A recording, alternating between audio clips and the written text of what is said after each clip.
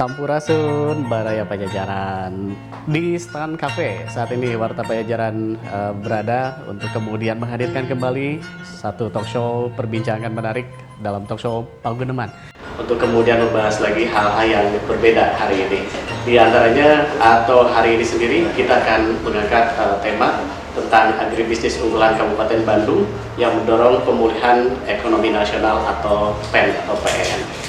Dan alhamdulillah juga sudah hadir bersama saya dua narasumber yang nanti akan bercerita banyak seputar unggulan-unggulan dari Kabupaten Bandung, termasuk atau tentunya saja apa yang menjadi bahasan pokok kita hari ini, yaitu soal pertanian di Kabupaten Bandung.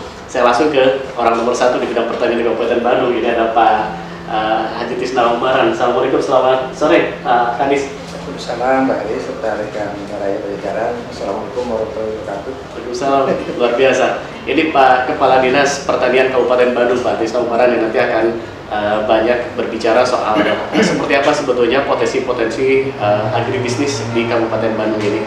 Kemudian ada sumber yang kedua, juga ini ada saya sebutin pengusaha muda, ada owner Habenagen Kopi atau Kopi Habenagen. Ini Kang Rifki Muhammad Jibril, Kang Rifki ya. Oke, kabar baik Kang Rifki ya? Alhamdulillah. Alhamdulillah. Nanti Kang Rifki juga banyak ngobrol ya atau cerita tentang seputar bisnis kopi ya. Oke, ini kopi juga adalah salah satu unggulannya dari Kabupaten Bandung yang sampai dengan saat ini bahkan sudah mendunia di Baraya Pajajaran.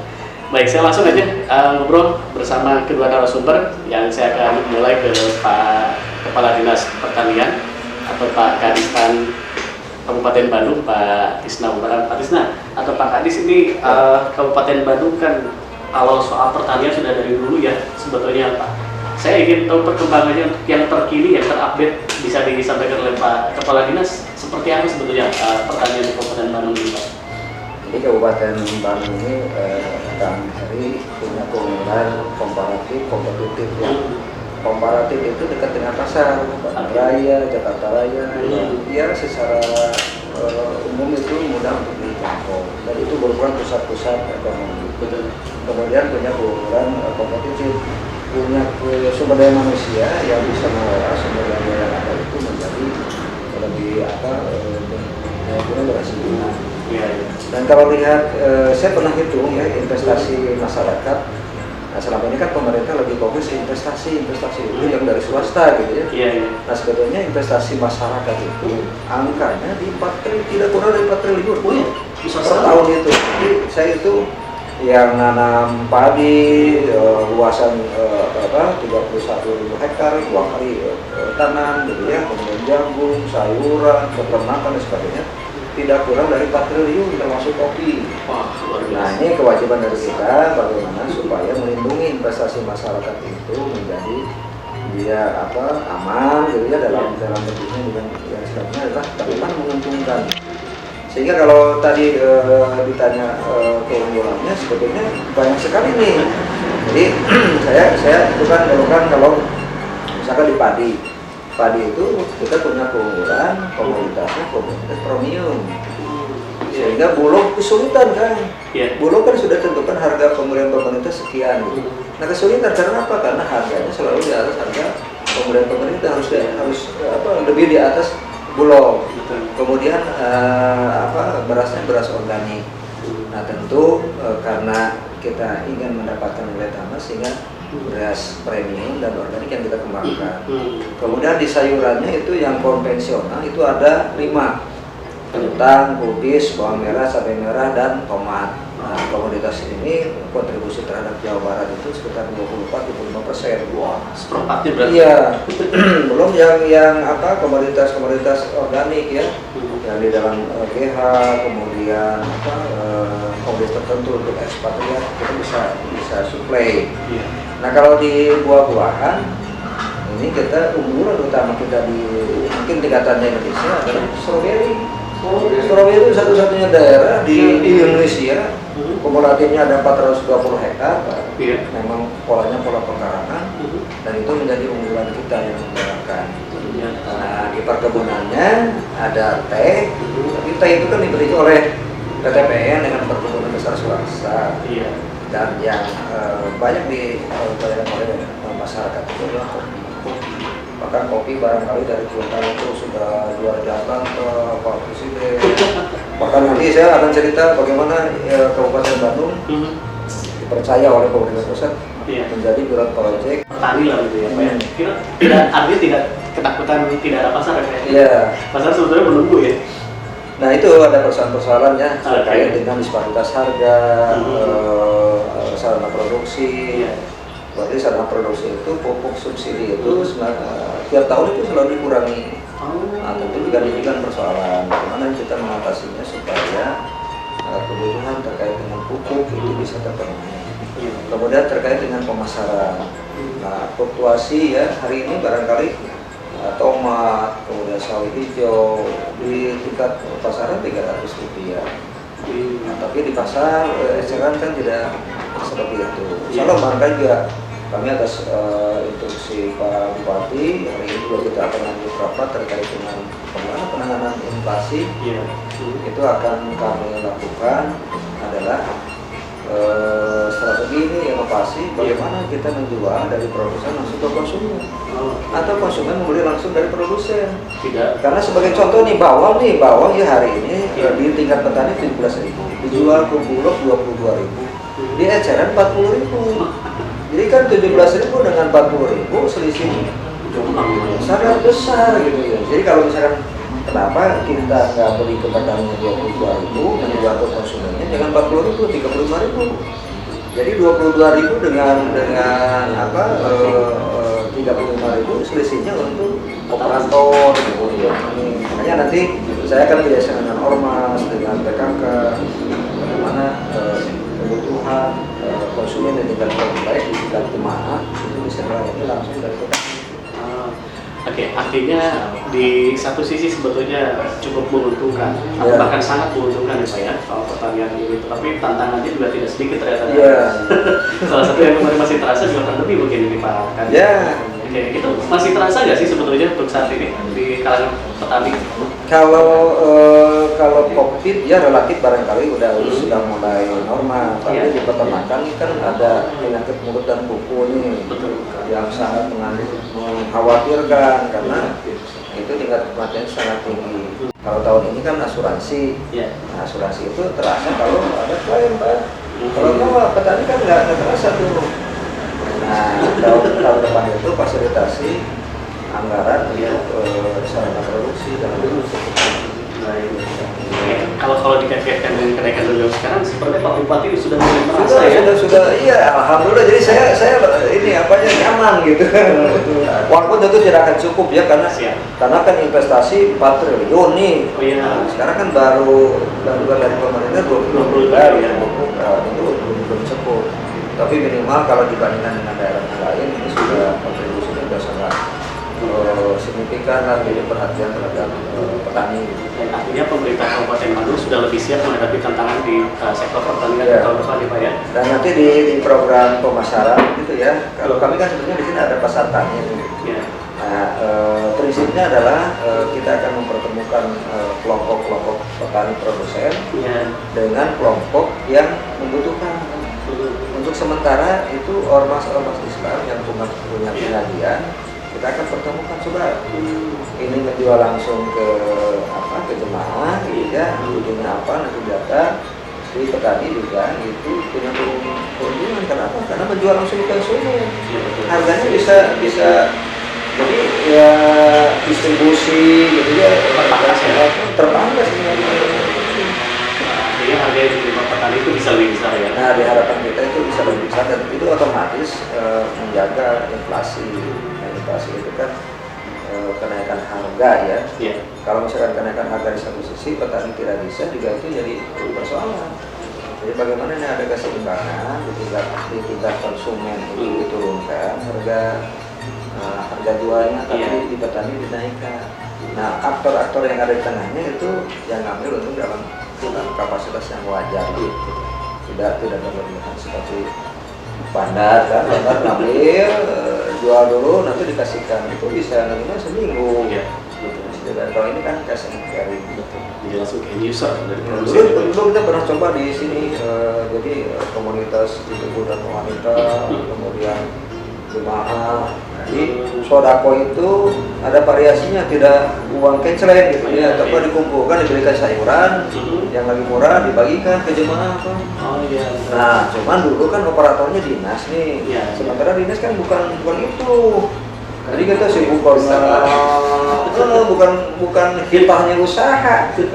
Pemerintah nitah gitu. Nah, kita ingin nitah kepada ini yang berkompeten nih. Kelompok tani, ini misalnya ada Muslimat NU, mana gitu ya, ada dari Muhammadiyah, Syok, Organisasi.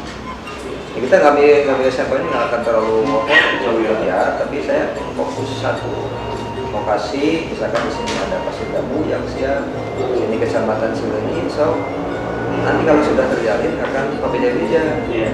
Jadi harganya lebih murah, sayurnya lebih fresh kan langsung. Gitu. Jadi saya pikir ibu-ibu pasti pada tertarik. Pasti semua diuntungkan. Baik, ini saya ingin ke Kak Rifki. Kak Rifki ini kan juga salah satu pengusaha yang ternyata memilih untuk agribisnis ya, artinya dari sektor pertanian juga nih. Produknya kopi ya. Kopi. Oke, Kak Rifki kenapa pilih sektor pertanian untuk bisnis atau usahanya? Ya, kalau berbicara usaha kan luas ya. Luas, oke.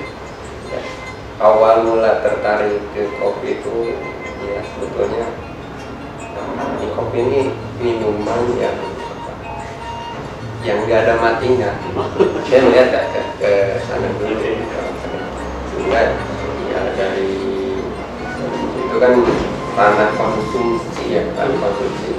Selama masih banyak manusianya, ini roda usahanya insya Allah Karena konsisten ya ada gitu kan, peluang-peluang masih ada. Meskipun ya kalau lihat kondisi sekarang ya berjamur banyak gitu pelaku kopi, tapi tidak sedikit juga yang akhirnya tutup juga. Itu alasannya tadi kenapa pilih kopi, karena long term ya, artinya akan terus menerus selama kehidupan Anda tadi. Ya. Itu sejak kapan kan Rifki bisnis di kopi? Kapan aja dengan Ya. Mulai serius menjual produk itu 2016 dan artinya ya kita mencoba untuk memproduksi kalau di kopi mungkin saya mengambilnya di tengahnya gitu. Tengahnya berhubungan dengan petani, menjual ngopi waktu itu di Gunung dan karena nggak tahu terlontar apa ya, kalau mau bikin kopi ada habis-habis aja. Kalau udah ngopi, haban lagi dia letak artinya. Terus ya mungkin ada harapan visi, maksudnya ya harapan kedepannya sebetulnya ya produk kita tuh diterima oleh masyarakat dan orang yang ngopi produk dari kita itu ya tadi disukai terus menerus ya, ketagihan. Tapi bukan ini ya, bukan untuk istilah tadi abang diam aja udah maju gitu. Itu yang negatif, tapi ya kalau bahasa ini ya kita istiqomah terus berjuang maksudnya gitu. Oh, itu filosofi yang sebenarnya. Oke. Personal sekali itu. Doakan nama gitu kan ya, mudah-mudahan betul tadi jadi doa. Tapi nanti setelah ini Balai Pajajaran juga saya akan banyak nanya ke Pak Kadis dan juga ke Kang Rifki soal, terutama ke Pak Kadis soal ini kan pertanian itu di Kabupaten Bandung sebetulnya bukan suatu hal yang baru, mungkin sudah sejak lama, tetapi perkembangannya makin kesini kan ini yang perlu kita ketahui gitu ya. Nah lalu nanti strategi apa lagi yang kemudian disiapkan oleh pemerintah Kabupaten Bandung selain tadi sudah menyiapkan 25 miliar rupiah untuk tahun depan yang membuat Pak Kadis pertanian ini gede-gede pokoknya pendengar ya, ataupun Balai Pajajaran. Nanti kita akan kembali, dan untuk Balai Pajajaran yang ingin menyampaikan interaksi boleh kalau ingin bertanya ke Pak Kepala Dinas Pertanian Kabupaten Bandung, Pak Tisna Umaran, atau ke Kang Rifki, owner dari Ladang Kopi Habenagan. Silakan boleh menyampaikan lewat komentar kita di TikTok Warta Pajajaran dan juga di Instagram ya, Instagram Warta Pajajaran. Nanti kita jeda dulu sejenak karena Pak Kadis juga mungkin akan seruput dulu kopinya. Silakan sampaikan dulu komentarnya di akun yang tadi kami sebutkan. Jangan kemana-mana dulu.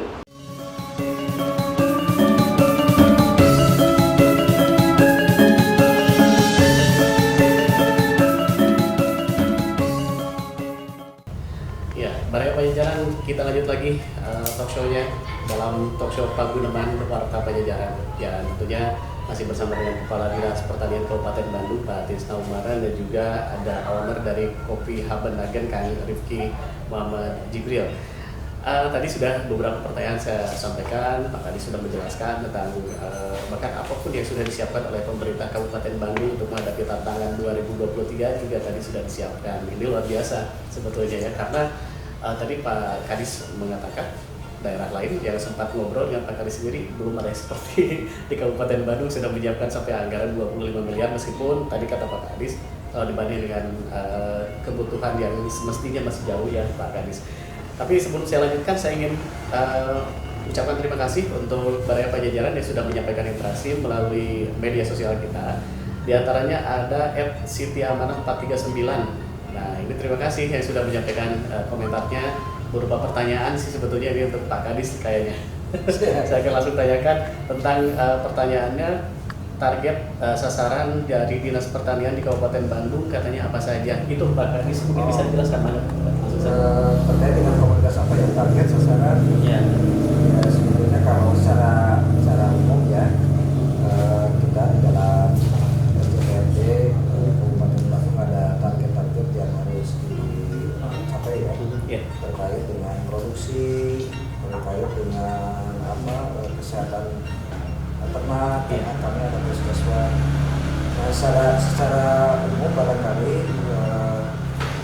yang ingin kita terus lakukan adalah bagaimana mengamankan investasi masyarakat ini. Nah, investasi ini dua hal yang harus didampingi oleh kita. Pertama adalah dari sisi pemasaran, yang kedua dari sisi perlindungan tanaman, hama, penyakit. Jangan sampai petani kita gagal karena hama, karena penyakit. Jadi sekarang misalkan September, Oktober sampai Desember, nah kita sebenarnya udah tahu penyakit apa yang dominan, hama apa yang dominan. Jadi kan hari kalau misalnya musim hujan itu yang dominan pasti penyakit. Kalau kemarau pasti hama, gitu ya. Hama tinggal di itu aja dicek gitu ya, mana aja yang sudah jadi endemi kita, gitu ya, apa tikus, apa penggerek, apa. Kemudian penyakit. Nah, kita kaitkan dengan invasi yang sekarang ini, makanya kita akan juga melakukan kegiatannya. Jadi bagaimana komoditas yang berpengaruh terhadap invasi ini kita amankan, sehingga suplainya itu cukup, sehingga tidak terjadi kenaikan harga. Jadi ada kalau di pertaniannya itu ada padi, kemudian cabai merahnya termasuk cabai rawit, kemudian bawang merah. Nah, itu tiga komoditi yang sangat berpengaruh terhadap inflasi. Kemudian di peternakannya ada telur, ada daging ayam, sama daging sapi.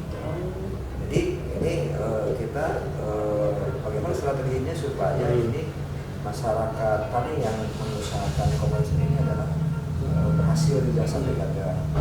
Kita juga punya fasilitas drone yang kapasitas 16 meter. Jadi karena di padi itu musim hujan itu sudah langganan kresek itu daunnya apa ya? Daunnya kayak terbakar gitu. Jadi tanamannya baru keluar mare, belum isi penuh, tapi si daunnya sudah kering. Sehingga disebut pusuk karena ada panenannya memang produktivitasnya sangat sedikit. Nah, itu harus disemprot secara massal, pakai drone nanti sekitar bulan Oktober. Kalau pertumbuhan tanaman kan sekarang baru seminggu. Nah, nanti kalau sebulan setengah, nah itu jadi kita jamin supaya si padi yang dihasilkan itu tidak produktif. Kemudian kalau di cabai itu ada patek namanya, patek sama penggerek ini buah si cabai yang sudah jadi itu tinggal proses pengulaan itu ada penggerek. Keduanya ada patek itu oleh bakteri ya, gabungan dari bakteri sama jamur. Itu si kering, ujungnya itu kering, ujung buahnya itu kering. Nah, jadi itu tidak akan laku. Betul. Nah, bagaimana supaya itu juga dalam hamparan yang luas kita ada intervensi untuk perlindungannya. Nah, itu target kita itu secara umum ya. Termasuk di kopi. Nah, bagaimana si petani ini bisa menjualnya tidak ada alternatif yang lain yang lebih menguntungkan. Misalnya sekarang itu ke lokal gitu ya. Sementara ada beberapa kelompok yang sudah ekspor, saya udah ekspor kemana ke Itali berapa 5 kintal. Padahal dari ukuran kita 5 kintal itu kecil sekali, setahun misalnya 5 kintal. Gitu. Nah, bagaimana potensi pasar yang di luar itu bisa kita juga backup, tidak hanya mengandalkan petani. Petani kan selama ini ekspor itu kan oleh dia hanya nyuplai aja. Ekspor itu bukan dia. Nah, kita ingin ada berperan kita sebagai eksportirnya gitu misalnya. Langsung dari kabupaten. Dari kita, jadi kita sudah menyiapkan lahan 5 hektar di Selokan Biru. Kerjasama dengan pusat, kita akan ditunjuk jadi pusat bisnis dan edukasi kopi Indonesia. Jadi bisnis kopi Indonesia itu ada di Kabupaten Bandung. Lahannya ada 5 hektar, anggarannya 117 miliar dari APBN. Wah. Ya, kenapa Kabupaten Bandung ditunjuk loh gitu ya, jadi pusat bisnis dan edukasi kopi. Nah itu Pak, yang mau saya tanya. Sementara kan itu ada Lampung, Aceh, Medan, sudah Toraja, sudah lebih dulu, sudah lebih hebat gitu ya. Kenapa kita? Nah, karena penilaian pusat itu Kabupaten Bandung itu serius dalam mengembangkan kopi rakyatnya. Itu yang dinilainya itu dari yang dinilai. Jadi pusat itu beri kepercayaan ke Pemda Kabupaten Bandung untuk ditunjuk melaksanakan proyek korporasi itu. Ada Wawonin, jadi kita masih terbatas nih 5 koperasi. Wawonin punya Asep Abud ya di Kertasari, Pak Ale, kemudian Nenek Epi di Ibun dan Pak Mustomi di Aceh. Sebetulnya nanti kalau misalkan sudah jalan ekspor dan sebagainya, kita akan merekrut koperasi-koperasi yang lain untuk bergabung supaya jaminan suplainya itu bisa terus. Kemudian tadi pagi saya juga ini dengan tim Barano dari Jawa Barat untuk pemenuhan ke Starbucks. Saya lapor Pak Bupati dan kita ingin memberikan lagi lah alternatif pemasaran. Kan bagi petani mana aja pasar semakin banyak kan semakin bagus gitu. Dengan nanti kompetitifnya itu di kualitas, di kontinuitas, di apa? Ya disiplin lah karena komitmen gitu ya. Dia akan mensuplai dengan harga sekian. Disiplin lah dia kalau sudah kontrak. Dan kita juga di lead itu terus-terusan Pak. Karena animonya itu kopi itu sangat besar ya. Jadi jangankan sekarang dikasih duit, mereka membeli pun mau, sudah dirasa inilah. Ya kalau misalkan aben-aben, ya betul berjamuran, termasuk dinas pertanian ini juga ada kafe di sini. Untuk edukasi sebetulnya kita tuh. Jadi bagaimana kopi yang enak seperti ini. Bagaimana kalau mau belajar meraci boleh gratis. Nah, itu tadi berapa 117 miliar apa ya? 117 miliar ya, dari komitmen dari kementerian ya. Jadi sekarang baru 300 miliar untuk mesin, untuk pengurang tahun depan itu ada pembangunan gudang dan akan diresmikan oleh Pak Presiden. Jadi Bandung atau Kabupaten Bandung pusat bisnisnya, bukan hanya penelitian. Iya. Dan edukasi, jadi edukasinya bukan ke litbang, kan itu ada Pusritpoka, pusat penelitian kopi dan kakao ya, Jember, itu kan penelitiannya. Kalau kita mau edukasi gitu, jadi pusat bisnis dan edukasi. Jadi kita ada kopi shop, misalnya, nanti ada pelatihan barista sampai dapat sertifikat. Ini artinya lebih ke peluang yang sangat besar dong, dan bagi masyarakat Kabupaten Bandung ya. Iya, ini kebanggaan kita. Jadi ya tadi kalau misalkan nanti besok-besok di kita ada perubahan perilaku konsumen ya, yang menganggap kopi itu bukan hanya gaya gitu ya. Ya mau dikemana ini produksi masyarakat itu kan kita harus berpikir jauh lah. Jadi nanti kalau misalnya itu terjadi, maka si lahan-lahan kopi itu akan ditebang, akan ditanam sayuran lagi, rusakkan ekologi lah. Gunung lagi dan sebagainya. Oleh karena itu supaya ini terus berlanjut, makanya kami sudah membentuk PT itu Perayaan Besar Mandiri. tugasnya ekspor. Jadi ekspor tadi. Ekspor ya, bukan lokal, udahlah biarin aja itu habenakeun peng gitu ya, mana silakan, tidak akan mengganggu. Benar. Tapi kalau misalkan ekspor ya kebutuhannya besar, ininya kualitasnya bagaimana, nah itulah PT yang korporasi tadi. Luar biasa. Bagi pengusaha kopi itu sebetulnya jadi sesuatu hal yang katakanlah angin segar juga nggak sih, Kang? Tadi peluang dan menjadi sebuah katakan angin segar. Iya. Ketika memang ini ada dari sisi pemerintah memiliki rencana kemudian untuk mengamankan kan tadi untuk kepentingan masyarakat banyak. Iya. Nah, dari para pelaku ini bagaimana supaya tadi sinkron gitu. Sejauh ini kapasitas produksi berapa banyak, kan? Nah, saya dengan Akberdagen ini ya, ngaca gitu. Oke. Mungkin levelnya baru mikronya mikro gitu ya. Iya. Ya, kemudian kemarin dari ada pandemi ya. Untuk tahun ini bisa dibilang kita mulai mengawali lagi lah. Yang penting bisa survive, kan levelnya masih surviving. Tapi untungnya kan istiqomah Habenagen ya. Itu dijual mana aja produknya, kan sejauh ini? Ya, sementara ini yang masih istiqomah gitu kan menjadi konsumen kami ya, mungkin ada yang dari Bekasi, Kota Bandung, yang paling jauh mungkin sekarang Jogja. Ke Jogja. Luar biasa.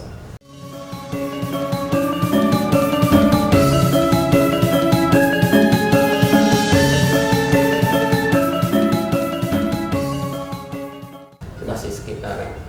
Artinya tadi kalau Pak Karis kan menjelaskan kopi juga salah satu unggulan ya Pak Karis ya, yang bahkan perhatiannya sampai ke tingkat pusat pun juga kan sudah mengalokasikan senilai 117 miliar untuk bisnis kopi Kabupaten Bandung.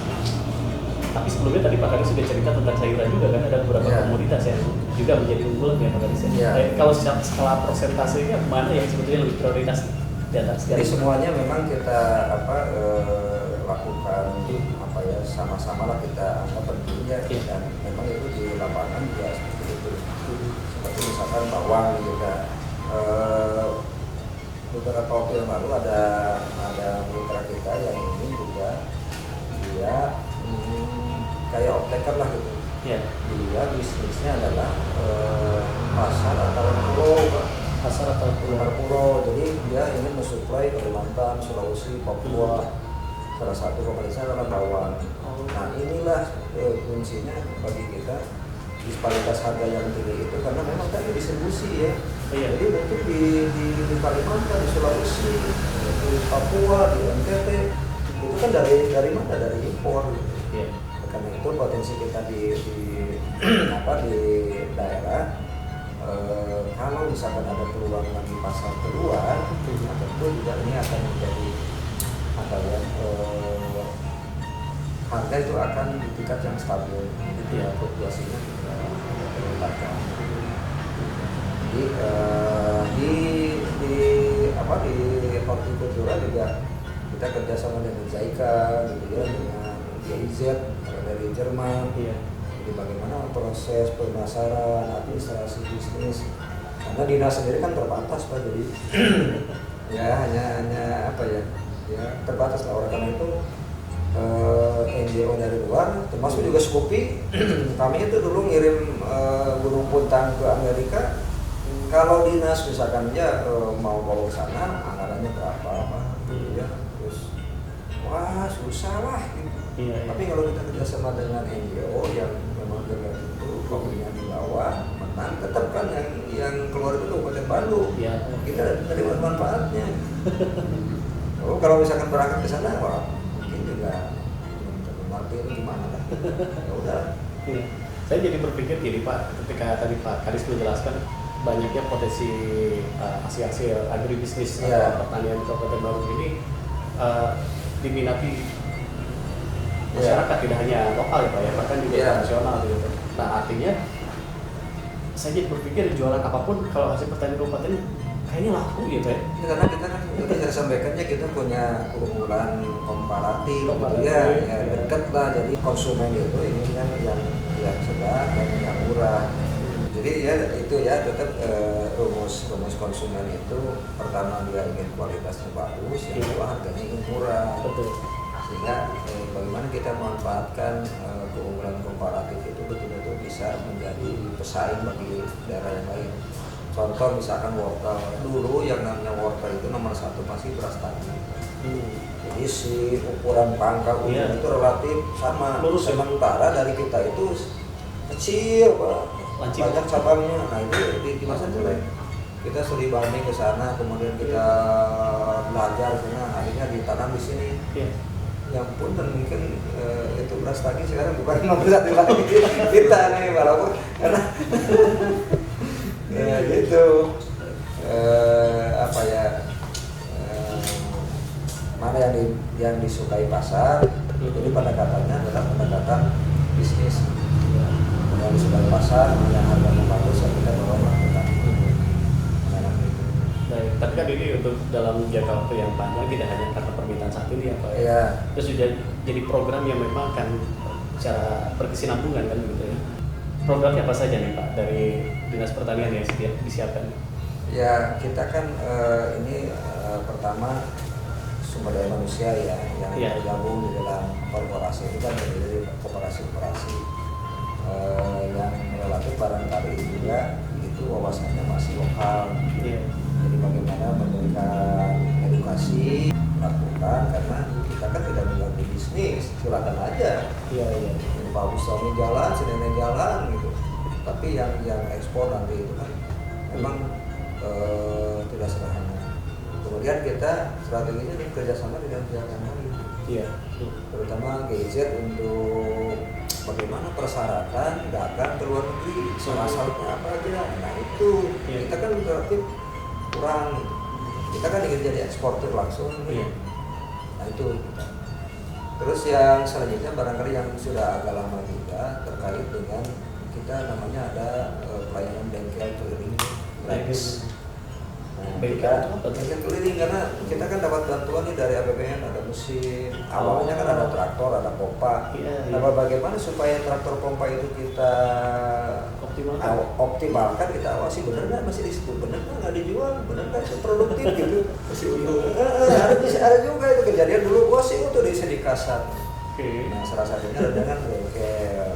Kemudian berkembang sekarang ada unsur masyarakat namanya unit pelayanan jasa asli. Dulu masih traktor dan sekarang sudah merambah ke mesin-mesin kopi. Jadi mesin kopi, mesin pengolahan, bagaimana supaya itu menjadi pelayanan dari pemerintah. Tadi itu dalam rangka melindungi masyarakat ya dalam menginvestasikan usahanya. Jangan sampai rugi, jangan sampai mahal. Ada fasilitas dari negara ya udah pasti gratis. Nah itu bengkel yang dimaksud gratis Pak? Gratis. Gratis ya dari kita. Nah kita menumbuhkan mungkin pelayanan jasa asli di tingkat ada desa, ada kecamatan, tergantung potensinya. Nah itu bisnis. Jadi bantuan dari pemerintah itu silakan kelola kelompok, kesepakatannya berapa sewanya, berapa untuk pemeliharaannya, berapa untuk pokoknya, kita serahkan sehingga ada gairah di kelompok ini karena kan itu yang mulai bisnis nih gitu. Kita kerjasama dengan Kubota, bahkan kemarin Presiden Direktur Kubota dari Jepangnya datang mengapresiasi program kita karena ini satu-satunya di Indonesia yang ada gerakan itu bengkel keliling. Dan mereka itu sudah berjalan tapi ingin ada MOU. Jadi kalau kita tinggal ngirim orang di situ makannya, pelatihannya, jalan-jalannya ditanggung oleh Kubota. Jadi ya mungkin itu bagaimana kita memanfaatkan NGO pihak lain untuk membantu kita lah. Kalau dari APBD semuanya kan pasti. Saya tadi berpikir begitu banyaknya program-program yang memang harus dilakukan sebagai fasilitator pemerintah ini ya Pak. Tapi ternyata memang keterlibatan pihak lain itu yang juga diperlukan gitu kan. Makanya waktu ada program Citarum Harum itu kan sudah disepakati bahwa pemerintahnya kopi, kemudian ada tanaman kanado, tapi buah-buahan, ada yang ini alpukat. nggak sampai berada di alpukat Pak. Oke. Paritasnya apa? Yang membutuhkannya siapa? Harganya berapa? Nggak asal nanam, Nggak asal nanam gitu. Nggak asal alpukat. Nggak asal alpukat gitu. Iya. Jadi alpukat itu harus dicari yang unggul. Katakanlah misalkan 3 tahun udah mulai berbuah, Iya. buahnya bagus, harganya itu jangankan dikasih bibitnya. Iya. Ya kalau tahu harganya, wah rame kan baru laku alpukat. Jadi pendekatannya gitu ekonomi sehingga apa program itu berjalan dan tanamannya ditanam itu pasti nggak akan ditebang, kopi nggak akan ditebang. Tapi kalau dulu kan konsepnya konservasi berbasis konservasi. Jadi lahan hutan itu harus dihijaukan. Iya. Dari masyarakat bisa ada di situ. Otomatis ditebang. Jadi kalau begitu Pemda melalui Dinas Pertanian juga memang harus mengubah mindset masyarakat ya, terutama para Iya. petani mindsetnya harus bisnis. Iya, jadi masyarakat itu kalau ada diklat segala macamnya, mereka bukannya ini, tapi mereka dihadapkan pada kehidupan kalau gitu. Iya. Mereka ingin usaha, ingin perdebatan.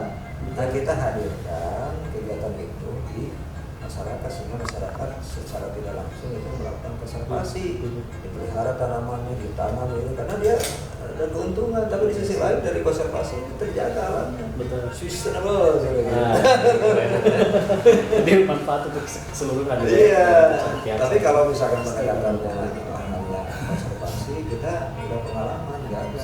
Oh, keren ya. Ini Kabupaten Bandung kalau memang mindsetnya sudah diubah seperti ini, jadi ternyata tidak hanya asal istilah orang Sunda tidak asal cep juga ya, tapi Iya. juga harus bernilai ekonomis, Iya. memiliki varietas yang unggul. Makanya yang sayuran tadi juga ya saya Iya. sampaikan buka, jadi saya ingin mencoba memasarkan langsung ke konsumen. Nah, Jadi konsumen juga akan gembira untuk karena itu harga lebih murah, lebih fresh. kualitasnya Si petani juga senang karena itu dibelinya tidak oleh bandar tetapi oleh langsung user.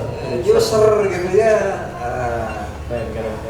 Kak Rifki, ini di kopinya sendiri gimana? Kan perkembangannya itu saat ini, ketika kemarin udah pandemi ya, ada dampak lagi yang positif lagi nggak dari situ? Ya setelah pasca pandemi ya kelihatan gitu ya, Bergairah lagi ya? ada bergairah lagi lah gitu. Orang-orang udah mulai, kalau mungkin istilahnya gini, kopi itu betul kata tadi Bapak bilang, mungkin di kita tuh bukan menjadi kebutuhan primer, masih apa ya, Eksklusif gitu. iya punya gaya-gayaan Lifestyle. Maka ketika ada pandemi dihadapkan dengan kebutuhan, beli beras atau beli kopi, ya yang penting beli beras dulu gitu. Nah, kan kerasa lah kemarin ya, untuk sekarang alhamdulillah sih udah ada pilihan untuk membeli kopi lagi. Cuman pasca ini ada inflasi. Memang awal pandemi itu di seri itu balik lagi ke zaman 2016 harga 3.000, 4.000. Iya. Nah, kemarin 14.000. Iya, jauh. Memang karena panennya sedikit segala macam. Sebenarnya yang normal itu kalau dari dengan kita itu di angka 8.000. 8.000 9.000 itu normal. Stabil ya. Jadi kalau 14.000 yang bergerak di akhir itu terlalu mahal. Kemudian di kebun juga banyak yang maling. Kemudian di kebun juga si petani panennya seenaknya karena harganya tinggi. Jadi dulu harusnya kan yang merah saja. Oh iya, yang matang ya. Nah, karena ini banyak yang butuh, udah. Takut keduluan. Iya sih ya gitu. Oke, jadi banyak persoalan ternyata ya. Tapi ini seru juga pada Pajajaran kalau membahas soal sektor pertanian yang membanggakan adalah bahwa Kabupaten Bandung ini masih tetap menjadi yang terdepan lah, saya boleh katakan ya Pak ya, bangga dengan Kabupaten Bandung kalau dari sektor pertanian masih tetap yang paling unggul, dan ini mudah-mudahan harapannya tadi seperti Pak Kadis katakan memberikan banyak manfaat, tidak hanya satu golongan saja, sustainable. Ya. Ya, baik para Pajajaran yang masih simak live sosial media Warta Pajajaran, terima kasih saya ucapkan. Yang masih ingin menyampaikan komentarnya, ada pertanyaan seperti tadi akun @sitiamanah439 boleh disampaikan juga di kolom komentar sosial media kita, dan nanti ada hadiah menarik ya dari Array Outdoor Gear, dan kita akan ngobrol lagi sejenak. Kita seruput dulu kopinya, ini salah satunya adalah kopi Habenagen, diproduksinya Kang Rifki Muhammad Jibril, narasumber kita pada saat ini. Jangan kemana-mana.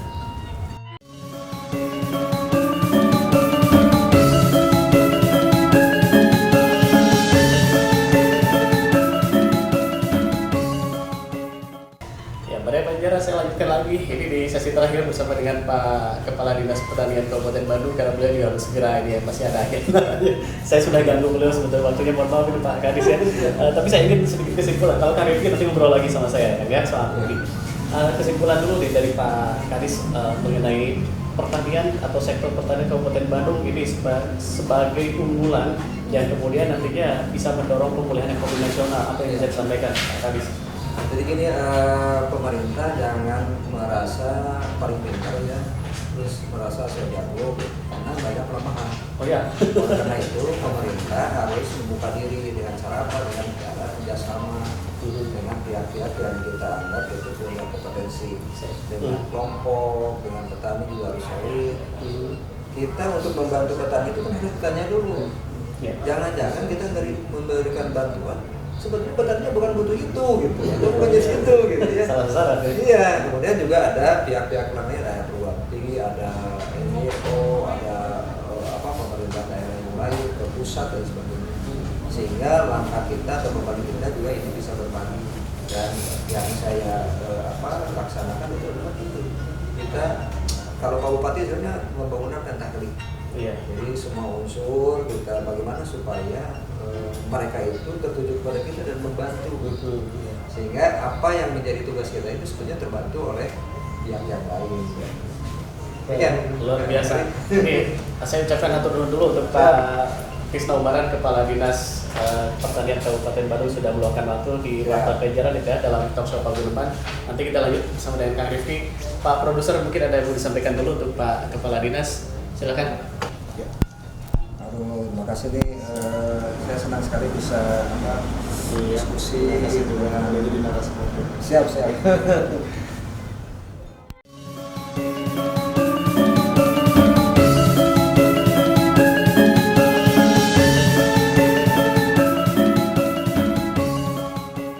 Saya akan lanjut ngobrol bersama dengan narasumber tadi sudah kita perkenalkan, Kang Rifki Muhammad Jibril, owner daripada Kopi Habenagen. Ya, kita akan ngobrol soal kopinya nih. Kalau dengan Kang Rifki tadi kita sudah kenalan ya di awal tentang bisnis daripada Kang Rifki ini sendiri adalah bisnis kopi. Kopi Habenagen ya Kang ya namanya. Jadi Habenagen tadi sudah dijelaskan sebetulnya ada filosofi Habenagen itu adalah istiqomah. Kang, saya tuh penasaran gini, kalau tadi kan Kang Rifki mengatakan kenapa sih pilihnya kopi, nggak bisnis yang lain misalnya bisnis sayuran misalnya kan gitu ya. Kata Kang Rifki adalah karena kopi itu nggak ada matinya gitu kan, selama manusia ada maka kopi juga masih akan tetap diminati gitu kan, masih akan tetap ada. Alasan lain Kang sebetulnya apakah karena memang di sini harganya secara bisnis lebih lebih menguntungkan mungkin? Ya, itu masuk juga kan? Masuk ternyata, alhamdulillah benar saya. Ya, dulu awal berkenalan ya dengan kopi kan 2011-2012. Oke. Kita melihat penanaman pun belum banyak kan. Gitu. Tapi karena mungkin waktu itu mahasiswa kita anak muda, kita searching ternyata harga di luar tuh luar biasa. Awalnya ke sana. Iya, memang udah money oriented ya awalnya. Bisnis kan. Bisnis oriented lah, itu lebih halusnya. Jadi ada ke sana terus ada, kalau bisa dibilang kan memang margin yang cukup inilah menjanjikan ya. Ketika kita jajan di kafe dulu kan harga sekian, terus padahal tahu modalnya gitu ya, ini jauh gitu ya, tertarik. Oke. Kayak gitu. Itu salah satu alasan.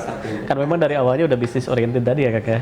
Jadi analisa pertama itu adalah nilai bisnisnya ternyata yang terserap gitu ya. Padahal waktu itu belum suka ngopi. Belum suka ngopi? Oh memang awalnya bukan tukang ngopi ya? Bukan. Tapi justru karena tadi kan dorongan untuk ya bisnis, ya minimal produk itu kita tahu dulu, ya produk knowledge-nya tahu. Benar. Tahu. ketika kita bicara ke orang itu ya kita merasakan kan kopi itu sehat, itu kan tidak bikin, kalau kan banyak yang katanya mah gitu ya.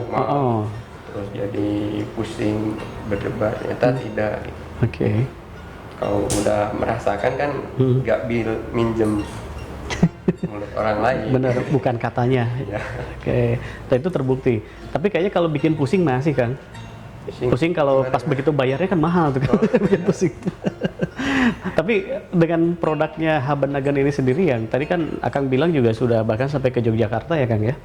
Ini bagaimana ceritanya bisa sampai jauh gitu Kang? Ya, dari medsos sih. Dari media sosial. Ya, kita promosi nggak ada, terus lokasi tempat pun baru-baru belum lama ini kan. Ya, dari media sosial kan ada, karena dari 2016 tuh kan posisi itu di Puntang gitu. Dan 2016 Puntang lagi naik kan, yang booming tuh di pemberitaan. Ya efek dari situ sih. Ada lah, kita ikut terbantu. Jadi mungkin search engine gitu kan, itu ketika kopi ada di halaman pertama. Gitu, kan. Mungkin tahun-tahun itu ketika ya kafe kedai pun belum seperti sekarang lah. Iya sih, belum terlalu menjamur ya Kang ya. Tapi saya masih ingat Kang, ungkapan Pak Kepala atau Pak Bupati Bandung itu dalam Badas Kopi Festival beberapa waktu yang lalu, itu yang mengatakan katanya kalau kopi Puntang itu juga adalah sebagai unggulannya memang ya, atau bahkan sampai dikenalkan oleh Pak Presiden Jokowi loh ke dunia internasional. Ini jadi keuntungan juga nggak bagi Akang yang memang memproduksi kopinya dari kopi Puntang kan gitu? Ya itulah ada efeknya. SEO naik tadi ya, di halaman pertama katanya. Itu tahun-tahun dulu kan. Kalau sekarang mungkin karena sekarang nih bisa dibilang tadi kan kita lagi survive lagi pasca pandemi, bangkit lagi ya. Ya kemarin tiarap dulu. Ya bisa dibilang untuk media sosial pun ya semua sekarang ditangani sendiri. Jadi dari produksi, ya mungkin ya ada promosi, sampai kita melayani customer pun ya sendiri. Hanya saya bilang mungkin ya ini baru mikronya mikro. Lebih mikro dari mikro gitu ya. Tapi kan semangatnya udah makro ya kan, itu yang paling penting. Dengan banyaknya kompetitor saat ini, tadi Kang Rifki mengatakan kan sekarang sudah mulai menjamur bisnis kopi ya Kang ya di Kabupaten Bandung. Itu jadi hambatan nggak sih sebetulnya? Kalau secara bisnis ya pasti ada artinya untuk konsumen tuh punya lebih variatif lagi pilihan. Nah, ketika butuh kopi sekarang ya sebetulnya nggak ada ini fanatik gitu, enggak. Apalagi kopi Jawa Barat gitu, terus dari Kabupaten Bandung ini memang unggulan gitu. Pada juara-juara gitu kan. Jadi sebetulnya tidak hanya dari Puntang saja, dari beberapa daerah yang lain pun itu kualitasnya bagus banget. Artinya tadi sulit kalau untuk membentuk fanatisme ya, dengan kalau kopi dari Kabupaten Bandung semuanya jadi fanatis gitu kan ya. Jadi artinya merata semua kualitasnya ya. Nah kemudian setelah ini Kang, strateginya apa saja yang akan lakukan dengan kopi Habanagan ini? Selain tadi media sosial kan pasti platform yang juga dimanfaatkan saat ini Kang. Untuk di bidang marketing pemasaran sendiri gimana Kang? Nah, yang ada di benak saya sekarang yang mungkin beberapa waktu kebelakang itu kepikiran, kalau produk kopi biji roasted gitu kan, atau kopi bubuk dikemas itu kan sekarang udah banyak sekali. Betul. Variasinya banyak, pilihan untuk para penikmat konsumen itu udah banyak. Nah di benaknya ini udah entahlah udah masuk apa istilahnya red ocean atau belum, tapi kayaknya ini cukup kompetitif. Makanya terpikir untuk membuat produk turunannya lagi. Turunan dari itu. Produk jadi sih. Jadi tapi turunan, jadi tidak sebatas kopi serbuk, kopi biji. Sudah terbayang atau nggak bakal dibocorkan di sini? Masih rahasia deh kayaknya. Belum, mungkin nanti menunggu momen ya, kayaknya di bulan depan lah kita lakukan. Ngambil momen Oktober hari kopi. Oh hari kopi. Tanggal berapa Kang? Hari kopi itu? 1 Oktober. 1 Oktober hari kopi, hari kesaktian Pancasila juga ya.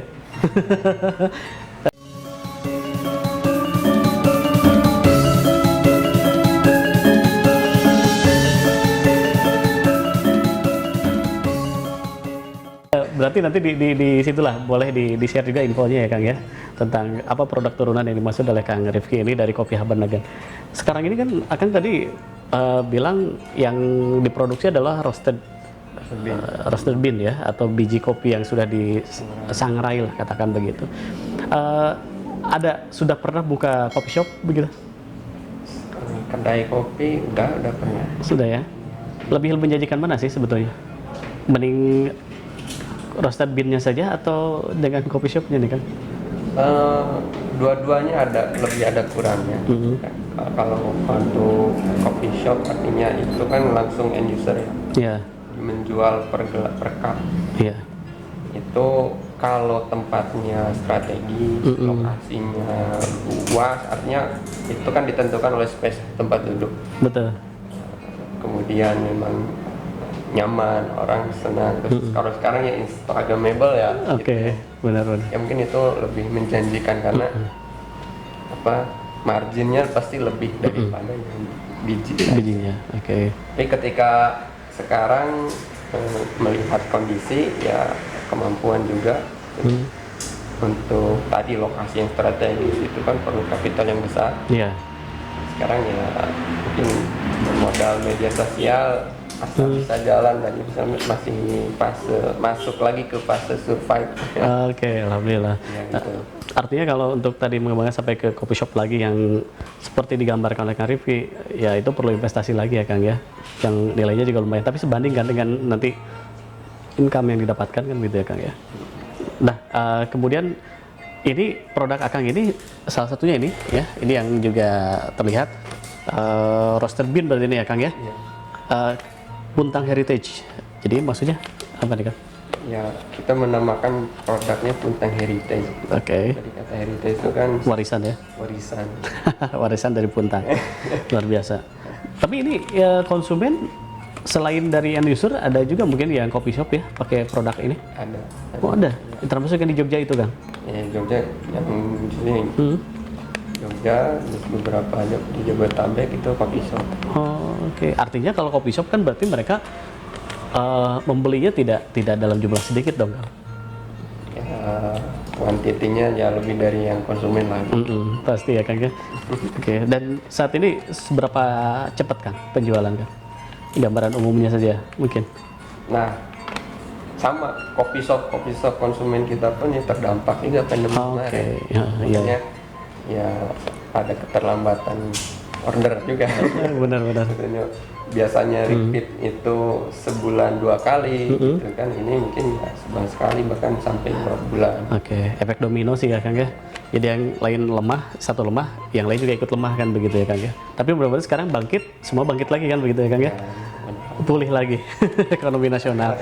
Oke, Kang, dari Kang Rifki apa yang ingin dan bisa disampaikan mungkin kepada teman-teman Baraya Pajajaran yang ingin juga menikmati kopi Habanagan atau mungkin juga ingin bisnis seputar kopi ini, peluangnya masih seperti apa sih Kang untuk saat ini? Oke.